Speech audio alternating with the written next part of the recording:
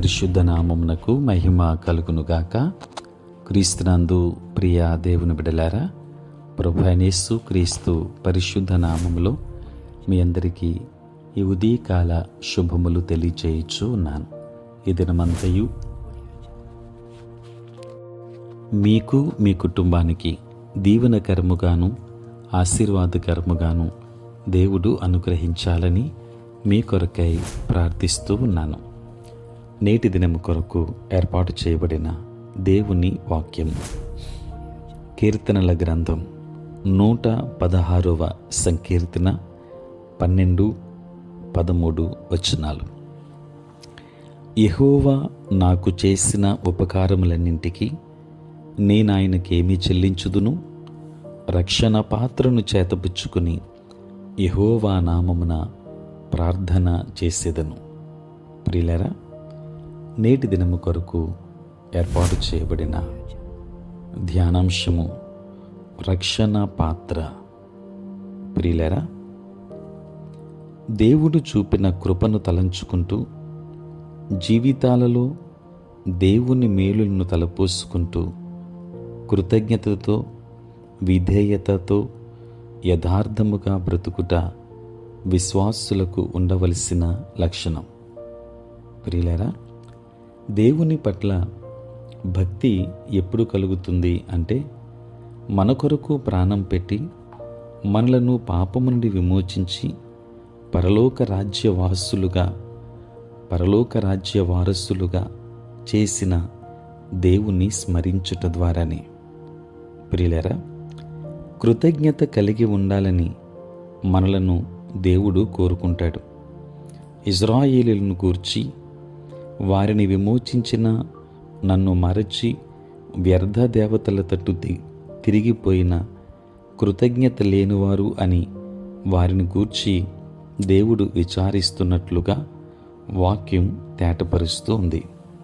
ప్రియులారా, కీర్తనాకారుడు ఈ వాక్య భాగంలో ఎంతో కృతజ్ఞతతో తనను గొర్రెల దొడ్డిలో నుండి విమోచించి తనను రాజుగా అభిషేకించి అనేక విపత్తుల నుండి జిగటగల పాప ఊబి నుండి రక్షించి మరణము నుండి ప్రాణమును జారిపడకుండా తన పాదములను తప్పించిన దేవుని పట్ల అత్యంత కృతజ్ఞతతో దావీదు ఈ మాటలు పలుకుచున్నాడు.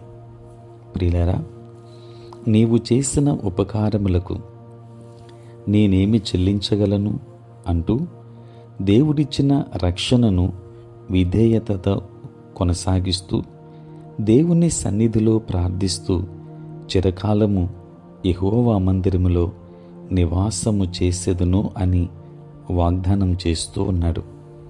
ప్రియులారా, అట్టి కృతజ్ఞతతో కూడిన విధానం దేవునికి ఇష్టమైంది. యేసుక్రీస్తు 10 మంది కుష్ఠరోగులను స్వస్థపరిచినప్పుడు తిరిగి ఒక్కడే వెనుకకు వచ్చి దేవుణ్ణి స్తుతించినప్పుడు మిగిలిన 90 ఎక్కడా అని ప్రశ్నించాడు. దేవుని వాక్యాన్ని వింటున్న దేవుని బిడ్డలారా, దేవుడు తాను చూపిన ప్రేమ వాత్సల్యతలకు, కృపకు, రక్షణకు, ఉపకారములన్నింటికీ మనము కృతజ్ఞత కలిగి ఉండాలని ఆశిస్తాడని దేవుని వాక్యం మనకు తేటపరుస్తుంది. కనుక కృతజ్ఞత అనేది క్రైస్తవ విశ్వాసికి అత్యంత అవసరమైన మంచి లక్షణం. కనుక మనము దేవునికి చెల్లించే కృతజ్ఞత ఏమిటి అనంటే ఆయన మనకు అనుగ్రహించిన ఆ రక్షణను కొనసాగించుకోవటమే.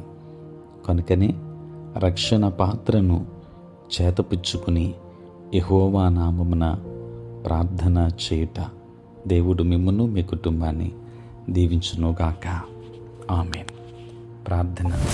పరిశుద్ధుడైన తండ్రి, ప్రేమ కలిగిన ప్రభు, నీకు వందనాలు. రాత్రంతయు కాపాడి సంరక్షించి సుఖనిద్రను దయచేసి మా జీవితంలో మరి యొక్క నూతన దినాన్ని మేము చూడగలిగే భాగ్యాన్ని మీరు మాకు అనుగ్రహించినందులకే స్తోత్రాలు. ఈ దినమంతా కూడా మీ సన్నిధి మాతో ఉంచండి. మీ ప్రసన్నత మాకు అనుగ్రహించండి. నాయన, ప్రతి బలహీనత నుండి విడుదలనివ్వండి. ఉద్యోగస్తులను, వ్యాపారస్తులను, కష్టపడి పని చేసుకొనుచున్న బిడ్డలందరినీ దీవించు మరీ ప్రార్థిస్తూ ఉన్నాను. నాయన, చదువుకుంటున్న బిడ్డలకు మీరు తోడుగా ఉండండి. మీ జ్ఞానమును వారికి అనుగ్రహించండి. మంచి భవిష్యత్తును వారికి దయచేయండి. నీ సేవా పరిచర్య చేయుచున్న ప్రతి సేవకుని మీరు దీవించండి.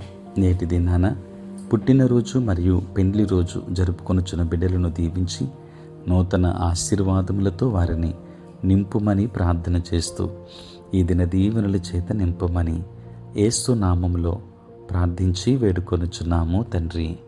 ఆమేన్. తండ్రి, కుమార, పరిశుద్ధాత్మ త్రియేక దేవుని దీవెన సదా మీకు తోడై ఉండును గాక. ఆమేన్.